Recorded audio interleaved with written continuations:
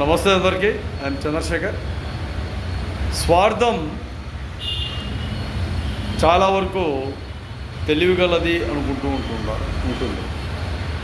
నిస్వార్థం నేను చాలా తెలివి తక్కువ వాడిని అనుకుంటున్నాను.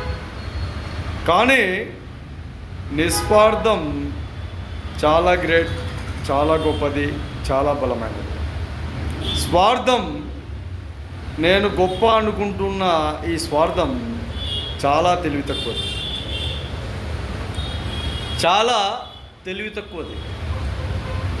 ఈ తెలివి తక్కువతనంతోనే నేను స్వార్థం అనుకుంటూ విరవిగుతూనే ఉంటాను. ఆ విరవిగడంలోనే చాలా వరకు ఎవరికి తెలియనంత, ఎవరికి కనపడనంత ఇబ్బందులు గురవుతూనే ఉంటుంది ప్రతిరోజు. కాబట్టి స్వార్థాన్ని తీసుకుంటారో నిస్వార్థాన్ని ఎన్నుకుంటారో తమరి ఇష్టం, మీ ఇష్టం.